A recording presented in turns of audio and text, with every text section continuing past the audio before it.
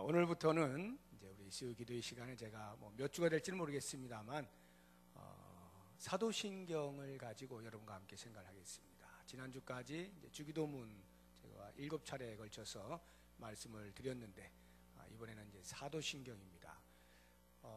사도신경, 여러분 매일 예배 때마다 그 암송을 하는 거고 우리의 신앙의 고백을 하는 것이기 때문에 어쩌면 이 사도신경에 대해서 어떤 별 생각 없이 그냥 무의식적으로 이렇게 나오는 고백이 될 수도 있습니다. 그런 면에서 나는 무엇을 고백하고 있는가, 무엇을 믿는다라고 말을 하고 있는가 라고 하는 것들을 좀 구체적으로 하나씩 하나씩 다 잡아볼 수 있는 그런 시간을 가지려고 하는데요. 오늘은 그 첫째 시간으로 이제 서론입니다. 사도신경, 여러분 사도신경이 어디에 나와 있다고 생각하십니까? 성경 어디에 나와 있죠? 사도신경이 제일 겉페이지에 나와 있죠. 성경 안에는 아무리 찾아도 사도신경이 없어요. 주기도문은 마태복음 6장에 나오죠. 주기도문은 성경에 정확히 나와 있는 겁니다. 근데 사도신경이라고 우리가 암송하고 있는 전능하사 천지를 만드신 이것은 성경 어디에도 나오지 않습니다. 제 껍데기 표지에 앞에 사도신경이라 이렇게 나올 뿐이죠. 자, 그러면은 사도라는 말은 이제 잘 아실 거고, 사도, 예수님의 제자들을 사도라 그러잖아요. 신경이 뭔가? 신경을 영어로 하면 크리드라고 하는 것인데, 크리드. 그래서 사도가 이제 어파슬인데, 어파슬스 크리드 이렇게 말을 하는데, 이 크리드라고 하는 영어 단어가요, 라틴어의 크레도라고 하는 단어에서 파생된 겁니다. 이 크레도라고 하는 것이 나는 믿는다라는 뜻이에요. 이 라틴어에서 영어의 크리드라고 하는 이제 신경이라고 하는 이런 말로 이제 나오게 된 것인데요. 자, 그러면은 사도신경하면 사도들의 믿는 것 이런 말이 되겠죠. 사도들의 믿는 것. 자, 그러면은 이 사도신경이라고 하는 우리가 지금 암송하고 있는 이 고백문이 과연 언제 완성된 것이냐, 또 누가 만든 것이냐, 이런 것이 좀 궁금하지 않습니까? 정확하게 몇 년, 몇 월, 며칠에 누가 이것을 만들었다 이렇게는 나와 있지 않습니다. 왜냐하면 지금 우리가 손에 들고 있는 이 사도신경의 내용은요, 어느 날 하루에 결정되어져서 우리의 손에 들려진 게 아니기 때문에 그렇습니다. 최초의 이와 같은 사도신경과 같은 이런 것들이 어떻게 해서 이제 우리 가운데 사용이 되기 시작했느냐 하면, 초대교회에서 오늘날에도 보면 우리가 세례를 베풀 때 제가 이렇게 몇 가지를 묻죠. 예수님을 믿습니까? 예수님이 나의 구세주인 것을 믿습니까? 등등등 이렇게 묻죠. 이렇게 묻는 이것이 초대교회 당시에도 있었습니다. 그리스도 공동체에 들어오게 되면 지도자들이 당신이 그리스도인인가에 대한 여부를 이제 세례를 베풀면서 질문들을 던집니다. 그러면서 그것에 대한 답변으로 만들어지곤 했던 것이 오늘날의 이 사도신경의 초본이라 이렇게 보시면 되겠습니다. 그러니까 세례식 때에 그들이 사용하던 기도문의 일종이 시간이 흐르면서 이 정통 교리에 대하여서 끊임없이 이단들이 공격을 해온단 말입니다. 이런 이단 저런 이단 이런 사상 저런 사상으로 계속 이 정통 교리에 대하여서 도전을 하는 그 초대교회 당시에 그러한 것에 대해서 이 정통성을 수호하고자 했던 교회의 지도자들이 그때마다 이번에 어떤 이단이 무엇에 대해서 공격을 하면 그것을 어떻게 방어를 할까 하면서 그것에 대해서 신앙의 고백문을 작성을 하고, 또 누군가가 또 공격하면 그것에 대해서 방어하면서 또 적고, 이렇게 하면서 초대교회 그 1세기부터 해서 지금 우리가 손에 잡고 있는 이와 같은 형태로 완성된 것을 약 5세기경으로 봅니다. 그러니까 400~500년 동안의 역사 동안에 계속해서 발전된 거죠. 수정되고 보완되고 첨가되고 이렇게 하면서 쭉 발전되어서 지금과 같은 이런 사도신경이라고 하는 고백문이 우리의 손에 들려지게 된 것입니다. 자, 그렇다고 하면 누가 만들었느냐라고 할 때에 우리는 사도신경이라 해서 사도들이 만들었나? 사도들이 이거 고백한 것을 우리가 따라하는 건가? 이런 생각을 하기 쉬운데요. 그런 건 전혀 아니고요. 사도들이 가르친 내용을 요약했다라고 하는 면에서 사도신경입니다. 그러니까 사도들이 이 고백문, 신앙 고백문을 작성하는데 어떤 기여를 한 게 아니고 사도들이 그 당시 그 초대교회 공동체를 가르치지 않았어요. 그런 가르친 것들에 대하여서 교회 지도자들이 계속 전수되다가 그런 이단들의 공격에 대해서 방어하면서 이렇게 해서 하나의 신경으로 딱 만들어 가지고 이것을 가지고 이제 모든 그 그리스도인들이 그것을 암송하면서 자기 신앙을 색깔을 정체성을 분명히 하고 확고히 하고 다른 사람들에 대해서 나는 이것을 믿는다 이렇게 이야기를 하면서 이 사도신경이 만들어진 거예요. 그러니까 어느 누구 한 사람이 자리에 앉아가지고 작성한 것이 아니다 이 말이에요. 교회 공동체 전체가 그런 어떤 여러 가지 정황 속에서 자연스럽게 만들어진 것이다 라고 하는 겁니다. 자, 그렇게 볼 때 그럼 이 사도신경이 주기도문처럼 어디 성경에 나온 것은 아닌데 오늘날에 우리가 이것을 왜 해야 되느냐? 그래서 실제로 이것에 대해서 비난을 하는 사람들이 없지 않습니다. 사도신경은 교회의 전통이 만들어낸 것이기 때문에 성경이 없는 것을 우리가 한다는 것은 지금의 시대에서는 맞지 않는 것이다. 그러므로 사도신경은 폐지해야 된다라고 주장을 하는 사람도 없지가 않아요. 그런데 이제 중요한 것은요, 이 사도신경이 과연 무엇에 근거하여서 만들어졌느냐라고 할 때 제가 사도들의 가르침이라고 했잖아요. 사도들이 그 무엇을 가르쳤느냐 하는 것입니다. 사도들이 뭘 가르쳤을까요? 당연히 성경을 가르치죠. 성경을 가르칩니다. 사도들이 예수님의 말씀을 듣고 그것을 또 기록한 게 복음서 아니에요? 그런 성경을 가르치는 거예요. 그럼 성경이 뭐냐라고 할 때 성경은 하나님께서 인간들에게 자기 계시를 한 방편이 성경이죠. 하나님이 당신을 인간들에게 드러내시고자 하는데 어떻게 드러내시느냐? 말씀으로 드러내셨다 이 말이에요. 이런 말씀, 하나님께 주신 말씀을 사도들이 가르친 것이고 그 가르침에 대한 요약본이 사도신경이다 이 말이죠. 여러분들이 이제 혹시 관심 있으셔서 신학을 하시게 되면 신학교에 가면은 과목들이 여러 개가 있는데 그 가운데 조직신학이라고 하는 과목이 있습니다. 조직신학 안에도 또 여러 과목이 있어요. 조직신학은 큰 틀이고요. 조직신학이 보통 어떻게 했느냐면 신론이라고 해가지고 하나님이 누구신가라고 하는 것을 창세기부터 요한계시록까지 쭉 훑으면서 하나님에 대한 주제를 쭉 살피는 겁니다. 뭐 기독론 하면은 예수님이 누구신가라고 하는 것을 창세기부터 요한계시록까지 쭉 살핍니다. 성령론 하면 성령은 어떤 분이신가, 또 성경 전체를 살피고, 교회론 하면 교회에 대해서 성경이 어떻게 이야기하는가 처음부터 끝까지 쭉 살피고, 이렇게 하는 게 조직신학이거든요. 이 조직신학이 시스테마틱 티올로지, 시스템 체계화한다 이런 말이에요. 그러니까 성경은 지금 방대합니다. 이 방대한 것을 마치 뼈대를 세우는, 기둥을 세운다라고 생각하시면 되겠어요. 건물을 이렇게 지금 지으려고 하면 기둥들이 있어야 되겠죠. 기둥 위에 이제 건물을 짓는 겁니다. 그런 기둥을 세우는 게 이 조직신학이다라고 생각하시면 돼요. 교리라고 하는 말입니다. 교리. 이런 그 교리들이 이제 쫙 있어요. 그러면은 이 교리들은 성경에 그대로 나타나는 게 아니라 성경의 전체적인 사상을 세우는 겁니다. 이렇게 기둥을 세우는 거예요. 그래서 교리 공부를 하게 되면 성경이 어떠하다라고 하는 전체적인 그 감각이 생기는 겁니다.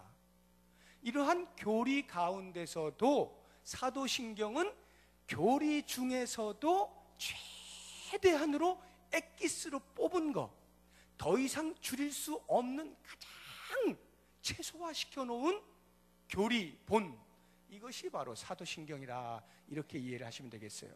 그래서 성경이 가장 근본이면서 가장 방대하고 그것을 체계적으로 교리화시켜 놓은 것이 조직신학이라고 한다면 그 조직신학 중에서도 엑기스로 뽑아가지고 우리 모든 성도들이 최소한 이 정도는 우리가 암송하며 나는 이것을 믿습니다라고 고백할 수 있도록 만들어 놓은 것이 사도신경이다, 이렇게 이해를 하시면 되겠어요.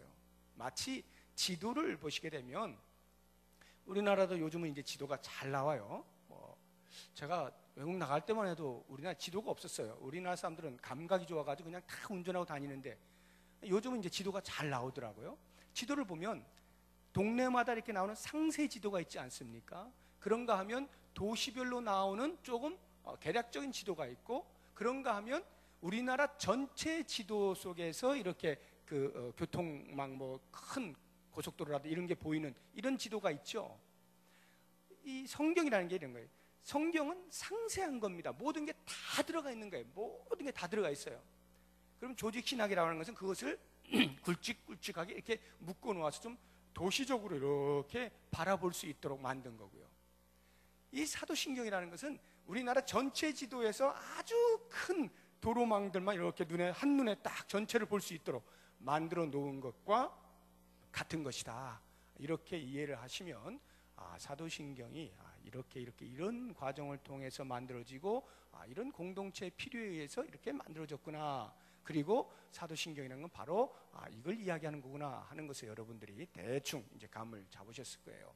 그러면 그 당시에 AD 100년에서부터 500년 사이 그 초창기에 만들어진 그 사도신경이 오늘날 2000년이 넘어서 21세기를 살고 있는 우리들이 계속해서 그것을 암송을 할 필요가 있는 것이냐라고 하는 이 시대의 필요성에 대해서 제가 말씀을 드릴게요.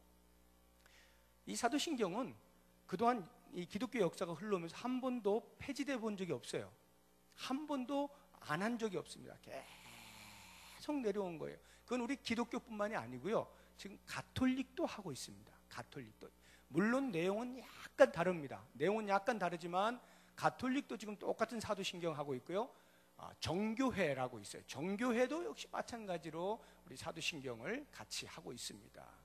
그러니까 그만큼 역사가 오래된 것이다 라고 하는 것인데, 그러면 이 시대에 제가 볼 때는 이 시대가 오히려 그때보다도 더 이 사도신경이 필요한 때다라고 강조를 하고 싶은 거예요. 왜 그러냐면 오늘날의 시대를 가리켜서 흔히 포스트 모던 시대다 이렇게 이야기를 합니다. 포스트 모던이라고 하는 것은, 모던은 현대라는 말이에요. 현대 사회의 그 다음, 포스트 그 다음, 그래서 보통 후현대 사회 또는 탈현대 사회라 이렇게 말을 하는데요, 오늘날의 시대를. 현대 사회와 후현대 사회의 가장 나눌 수 있는 획기적인 기준이 뭐냐라고 할 때, 현대 사회의 특징 중에 하나는 진리에 대한 확고함입니다. 진리가 분명해요. 진리가 있으면 비진리가 있는 거예요. 이게 분명하던 시대가 현대 사회예요. 그런데 오늘날은 포스트 모던 시대를 살면서 이 진리에 대하여 명료함이 사라졌어요. 진리가 붕괴가 된 겁니다. 무슨 말이냐면 모든 것이 다 진리가 될 수 있다라고 말을 하는 것입니다. 그 말은 바꾸어 이야기하면 모든 것은 다 진리가 아닐 수도 있는 거예요. 그래서 사람들이 진리를 믿는 것인데, 믿는다라고 할 때 이 진리가 열려 있으니까, 문이 열려 있어요. 모두에게 열려 있다 보니까 사람들이 뭘 믿습니까? 라고 말을 하면 나는 이걸 믿습니다, 나는 이걸 믿습니다 말을 할 때, 그 믿는 것에 대하여 어느 누구도 당신은 진리가 아닌 것을 믿고 있습니다 라고 말을 못하는 시대가 되었다 이 말이에요. 왜? 모든 게 다 진리일 수 있다는 가정을 해놓은 것이 포스트 모던 시대의 특징이란 말입니다. 그렇기 때문에 오늘날의 기독교가 더욱더 공격을 받는 거예요. 왜요? 기독교는 일편단심, 그 초대교회 때로부터 지금까지, 앞으로도 계속 주님 오실 그날까지는 여전히 진리는 오직 뭡니까? 예수 그리스도, 예수 그리스도. 내가 곧 길이요 진리요 생명이니. 예수 그리스도만이 진리인 거예요. 이 사실을 변개할 수가 없어요. 왜? 우리의 진리의 근거는 전부 이 성경에 있으니까. 우리가 만들어내는 것도 아니고 지어낸 것도 아니고, 기독교를 탄탄히 하기 위해서 어떻게 하는 게 아니라, 성경을 우리가 믿는 사람들로서 성경에 쓰여 있는 대로 이야기를 하다 보니 그리스도가 진리임에 대하여 그래서 그리스도가 아닌 다른 어떤 것들은 전부 손으로 만든 우상에 불과하다는 것을 외치지 않을 수가 없는 거예요. 그런데 이 포스트 모던 시대에는 그렇게 말했다가는 맞는 거죠. 맞는 거예요. 너만 잘났냐? 이렇게 말을 하는 거예요. 그래서 기독교가 점점 오늘날에 올수록 더욱 배타적인 종교로서 손가락질을 받고 있는 것입니다. 그런데 그런 손가락질이라면 100번 받아도 괜찮습니다. 그런 거라면 얼마든지.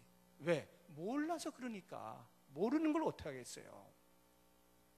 그래서 오늘날과 같이 이렇게 진리가 붕괴되어진, 절대 진리가 없다라고 말을 하고 있는 이런 포스트 모던 시대에는 더욱이나 이 사도신경을 우리의 가슴에 품고 날마다 암송하는 것이 너무나 중요하다라고 하는 거예요. 내가 뭘 믿냐? 나도 못 믿는 이 시대에 이렇게 말을 하는, 모든 것을 불신하는 시대, 또는 아무거나 믿으면 되지 뭐라는 것, 아니면 내가 믿는 게 믿는 거 아니요? 라고 취사 선택할 수 있는 권한이 나에게 있는 것으로 그렇게 진리가 상대화되어지고 있는 이런 시대. 기독교 역사에 아주 중요한 획을 그었던 한 신학자 중 한 사람이 칼 바르트라고 하는 사람이 있어요. 이 사람이 20세기 초반에 아주 신정통 신학이라고 하는 중요한 그 한 신학의 그 획을 그은 사람인데, 뭐 통합 측에서는 거의 뭐 아버지처럼 모시고 있는 그러한 이제 신학자입니다. 훌륭한 일을 많이 했어요. 신학적인 공헌을 많이 한 사람이에요. 그런데 한 가지 아쉬운 게 뭐냐면, 이런 면에서 부분적인 뭐 그걸 실수라고 해야 되는지 아니면 그 사람의 사고라고 해야 되는지 모르겠습니다만, 믿음에 대한 정의를 내릴 때 이렇게 하는 거예요. 믿음이라고 하는 것은 예수 그리스도에 대해서 우리가 믿는다라고 말을 할 때, 예수님 제가 믿습니다라고 할 때 그 예수님이 만약 예를 들어서 동정녀 마리아에게서 탄생하지 아니하였다 가정을 한다 할지라도, 내가 예수님이 동정녀 마리아에게서 탄생했다라고 믿으면 그것이 나에게로 자기화되어진다라는 말이에요. 자기화되어짐으로 그 믿음이 작용한다, 이렇게 이야기를 하는 것입니다. 여러분 좀 어렵지만 잘 이해하셔야 돼요. 믿음이라고 하는 것이 사실과 관계없이 내 속에서 강렬한 열망 속에서, 나의 신념 속에서 그걸 내가 믿는다라고 해서 나의 것으로 만들어버리는 순간에 그 믿음으로 말미암아 우리에게 주어질 수 있는 모든 영향들이 작용되어진다는 거예요. 그러면은 그 이야기는, 그래서 이 칼 바르트가, 그래서 예수님이 역사적 인물이냐 아니냐는 그렇게 중요하지 않다는 것입니다. 뭘 그것 갖고 그렇게 싸우냐 이 말이에요. 예수님이 물 위에 걸었느냐 안 걸었느냐로 싸우지 말라는 거지. 자유주의 신학자들은 그건 그럴 리 없으니까 그건 성경에서 빼야 된다 그러고, 보수주의 신학자들은 무슨 말이냐, 그게 예수님이지 하면 그런 거 갖고 싸우지 말라는 거예요. 자기 믿음의 분량대로 믿어지면 그냥 그것이 작용하게 돼 있다 이 말이에요.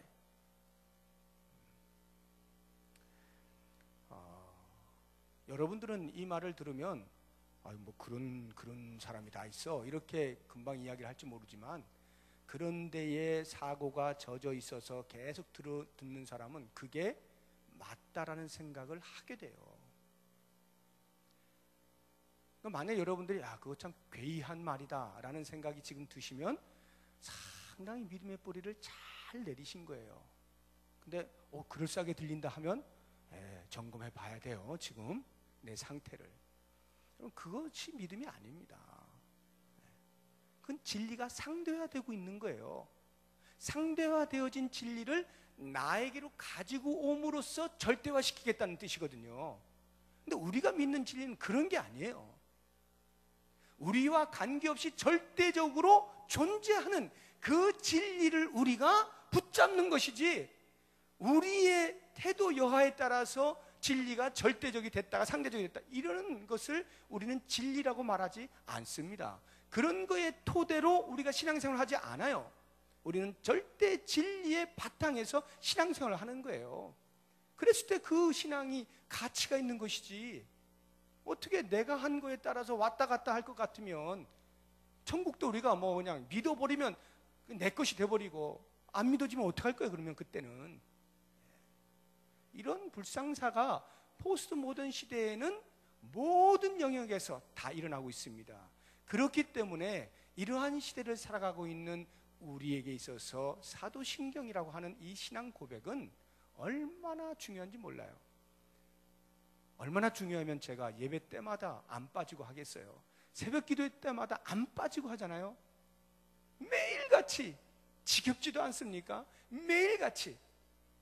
그런데 그렇게 중요하다 이 말이에요. 이 사도신경이 그렇게 중요한 것이다 라고 하는 것을 꼭 기억을 하셔야 돼요. 그래서 이 사도신경이라고 하는 것은 내가 그리스도인이다 라고 하는 것에 대한 정체성의 그 경계선을 그어주는 거예요.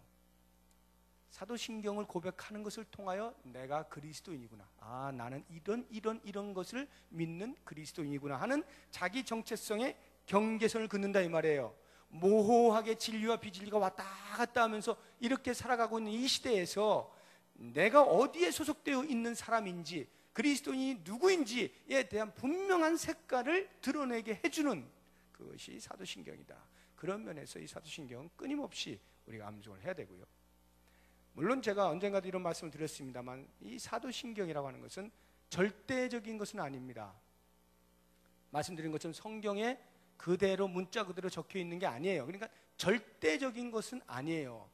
얼마든지 오늘날 우리 시대에 맞게 사도신경이 바뀔 수도 있습니다. 이 조심스러운 말인데 바뀔 수도 있어요. 우리의 신앙의 고백을 할 수 있어요. 그것을 우리가 신조로 만들어낼 수 있어요. 그런데 다만 문제는 그렇게 한 개인이 그럴 수는 있겠지만 그것이 공적으로 모든 사람이 받아들이고 하기에는 오랜 세월이 걸릴 수밖에 없어요. 이 사도신경이 그랬던 것처럼. 그러니 그런 것을 생각해 볼 때 지금 이미 역사적으로 검증이 되고 있는 이 신앙의 고백의 내용들을 우리가 계속 따라가는 것은 전혀 문제가 되지 않는다 이 말이에요. 해가 되지 않아요. 다만 우리에게 조심스러운 것은 날마다 하는 암송이어서 무의식적으로 생각 없이 내가 고백하는 내용이 뭔지도 모른 채 그냥 이 주문하듯이 그렇게 하게 될 위험은 있어요. 그것으로부터 우리는 계속해서 자기 자신을 새롭게 하기 위해서 사도신경을 암송할 때마다 또박 하는 겁니다. 그리고 그 내용에 대해서 계속 머릿속에 집어넣는 거예요. 전능하사 천지를 만드신 하나님 아버지를 내가 믿사오며 또박또박해서 내가 이걸 믿지, 내가 이것을 믿는 거야. 이런 반복이 되어질 때에 이러한 포스트 모던 시대에 우리의 믿음의 색깔을 더욱더 분명히 할 수가 있다 이 말이에요. 자, 그러면 이제부터 제가 오늘 서론이라고 했는데 사도신경이 어떻게 시작하죠? 제일 처음에 전능하사, 이건 우리말이에요. 우리말에 그렇게 전능하사로 시작을 합니다. 그러나 이 사도신경은 이제 원래 헬라어로 되어 있겠죠? 헬라어를 영어로 번역한 것이고요. 헬라어를 보면 피스티오 이렇게 되어 있어요. 피스티오라고 하는 단어가 돼요. 이 피스티오가 동사인데요. 동사인데 그 동사 안에 주어가 들어가 있어요. 그래서 나는 믿는다 이런 뜻이에요. 피스티오가 나는 믿는다. 그래서 영어의 사도신경을 보면 I believe 이렇게 돼 있어요. 그러니까 제일 처음에 나오는 게 I believe, 나는 믿습니다. 이게 제일 처음 나오는 단어예요. 근데 우리나라 말은 그것을 제일 나중에 하잖아요. 동사를 제일 뒤에다 쓰잖아요. 우리 어법상. 그러니까 꾸미는 것들이 다 앞으로 나오죠. 전능하사 천지를 만드신 하나님 아버지를, 그 목적어를 이제 내가 믿습니다 하고 동사가 맨 마지막에 나온다. 그러니까 이런 이제 어법의 차이가 있기 때문에 실제적으로 우리가 개념적으로 이렇게 가장 먼저 나온 게 뭐냐라고 하면 I believe, 나는 믿습니다 이거예요. 그러니까 오늘 제가 나는 믿는다라고 하는 이 말이 과연 무엇을 의미하느냐라고 하는 것을 서론적으로 말씀을 드릴 것인데, 자, 믿음이라고 하는 것을 한번 여러분 생각해 보세요. 믿음이 뭡니까?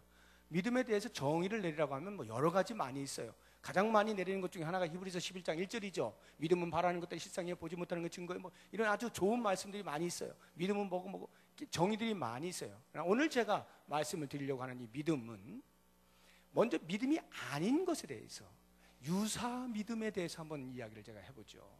유사 믿음 같은데 사실은 믿음이 아닌 거. 예를 들면 경험. 이 경험이 우리는 가끔 믿음으로 둔갑할 때가 있어요.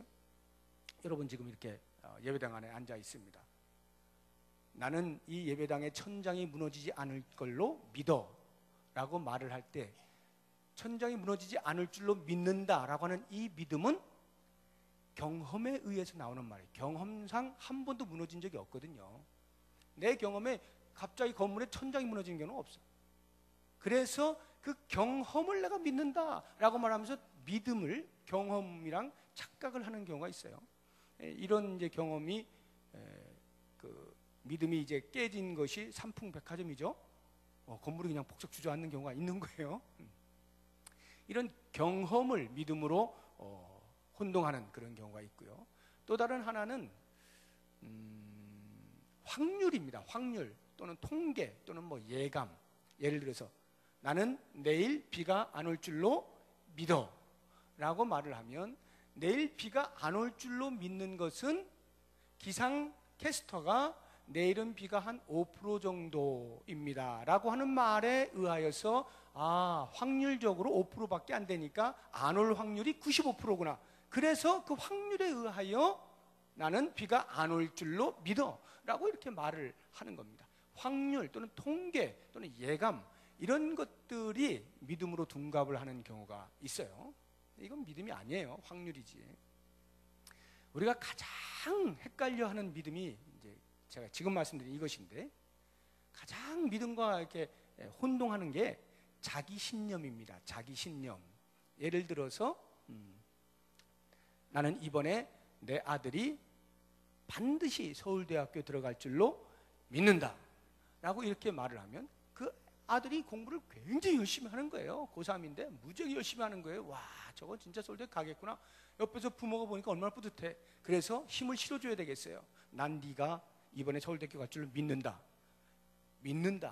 라고 하는 이 믿음은 정확하게 이야기하면 자기 신념인 거예요. 자기 신념, 자기 암시. 나는 꼭 그것을 간절히 원한다. 자기 소망.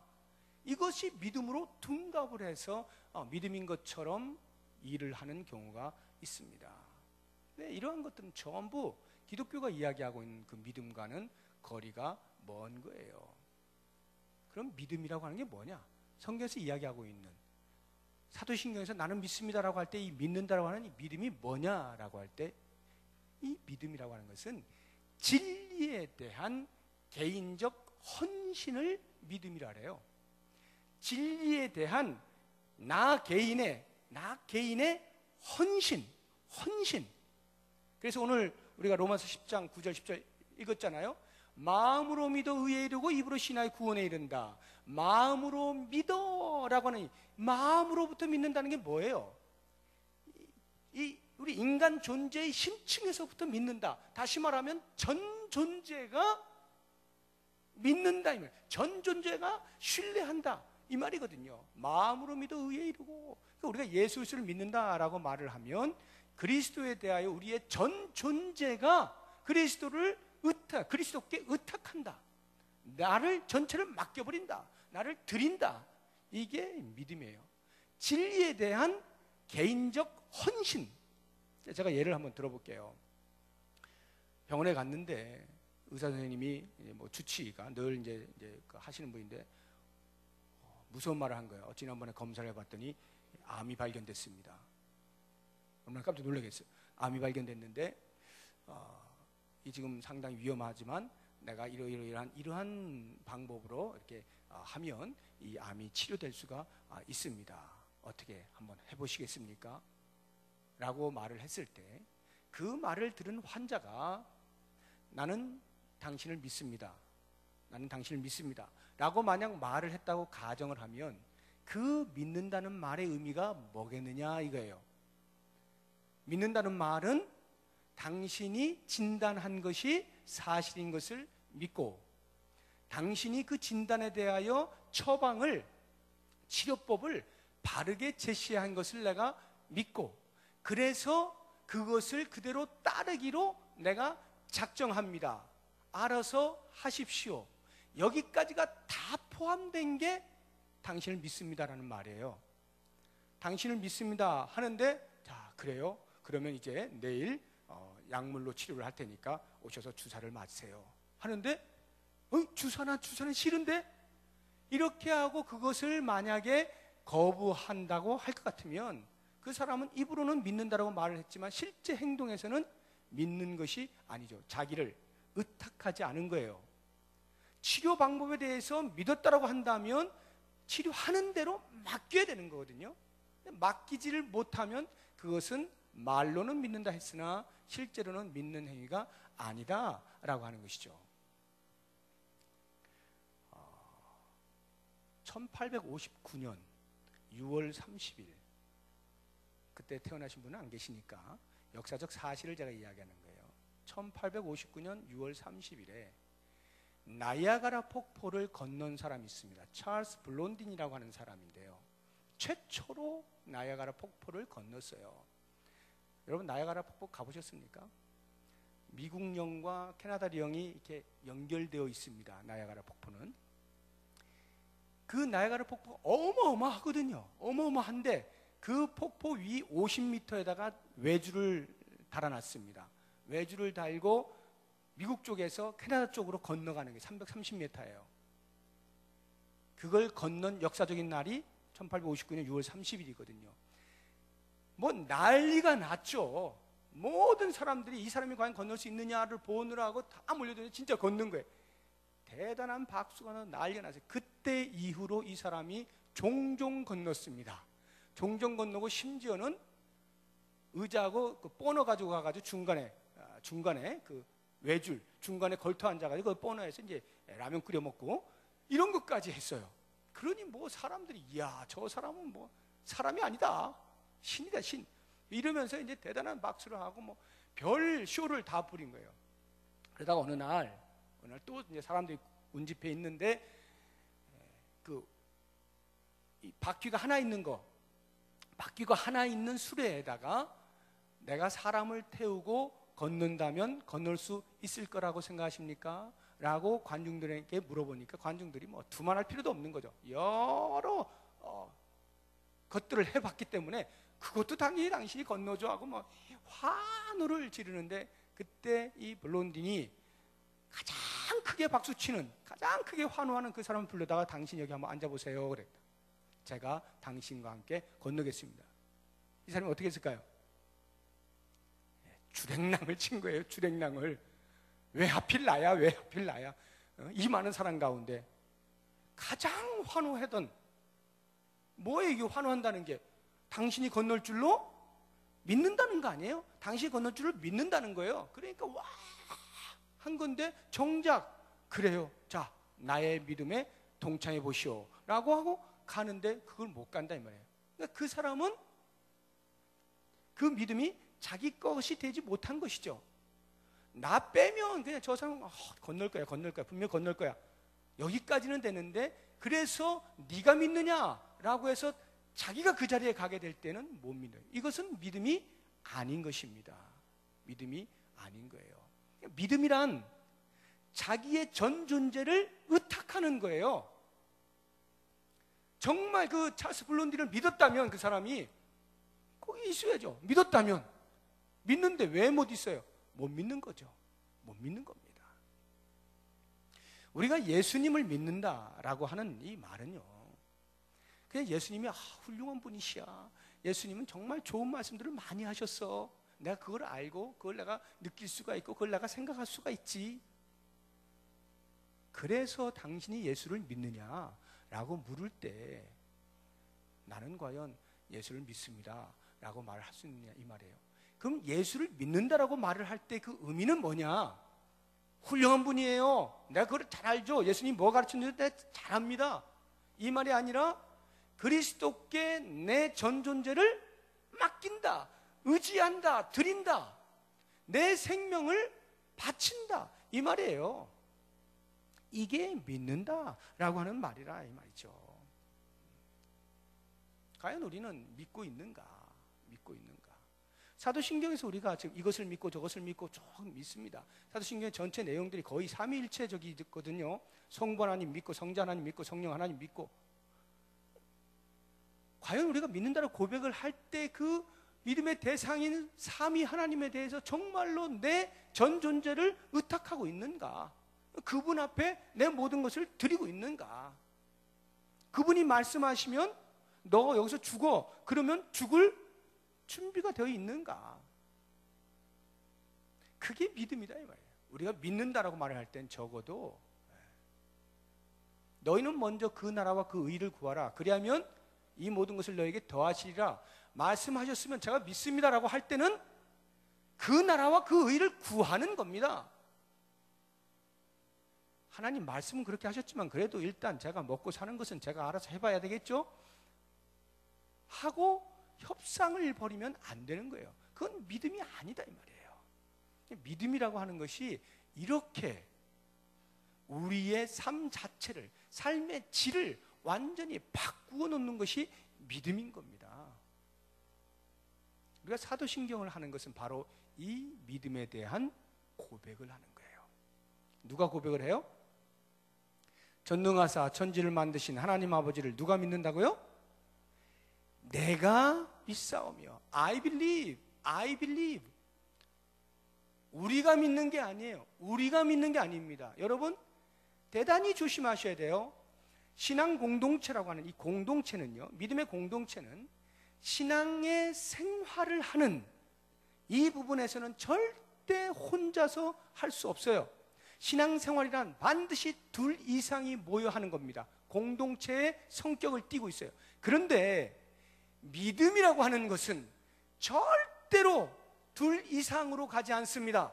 믿음은 부부가 내가 너 대신 믿어줄게 해서 배우자의 믿음을 보충할 수 있는 게 아니에요. 그리스도를 믿는다라고 하는 것은 철저하게 I believe Jesus Christ, 내가 믿는 거예요. 모든 사람 다 각각이 믿는 거예요. 그래서 여러분 아이러니한 가정들이 있잖아요. 정말 부모가 신앙생활 좋은데 자녀가 안 믿고 있어요.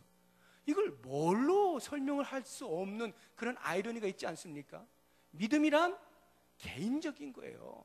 개인적인 거예요. 그래서 정말 눈물 콧물 흘려가면서 배우자가 믿기를 간절히 소망하는데도 불구하고 죽을 때까지 안 믿는 사람이 있을 수 있습니다.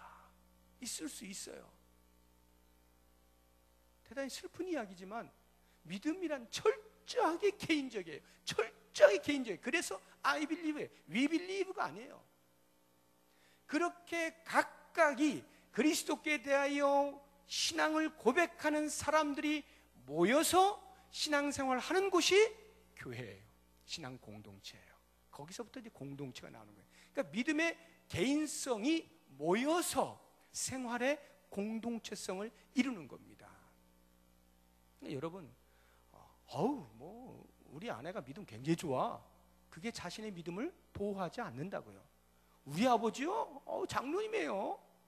그게 자신의 믿음을 보장해주지 않습니다.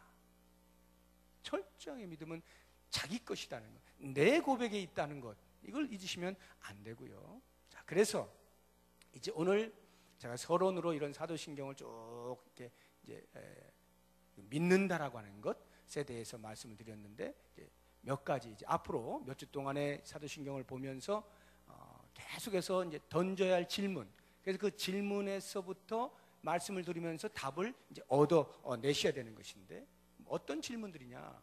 나는 누구를 믿느냐? 나는 무엇을 믿느냐라고 하는 부분, 말씀을 들으면서 끊임없이 나는 그리스도인인가? 나는 그리스도인인가? 이 부분에 대한 질문뿐만 아니라 나는 믿고 있는가? 여러분, 나는 믿고 있는가? 내 전 존재를 믿음의 대상에게 완전히 내어드리고 있느냐? 나는 믿고 있는가? 이러한 질문들을 여러분들이 머릿속에 넣어두시고 말씀을 들으면서 계속 그것에 대한 답을 찾아내시다 보면 나도 모르는 사이에 이 시대에 꼭 필요한 그리스도인으로서 고백해야 될 신앙의 기둥을 세워나갈 수가 있을 거예요. 이런 답이 여러분들의 삶 가운데에서 몇 주 동안의 말씀 속에서 찾아질 수 있기를 주의 이름으로 축복합니다. 기도하겠습니다.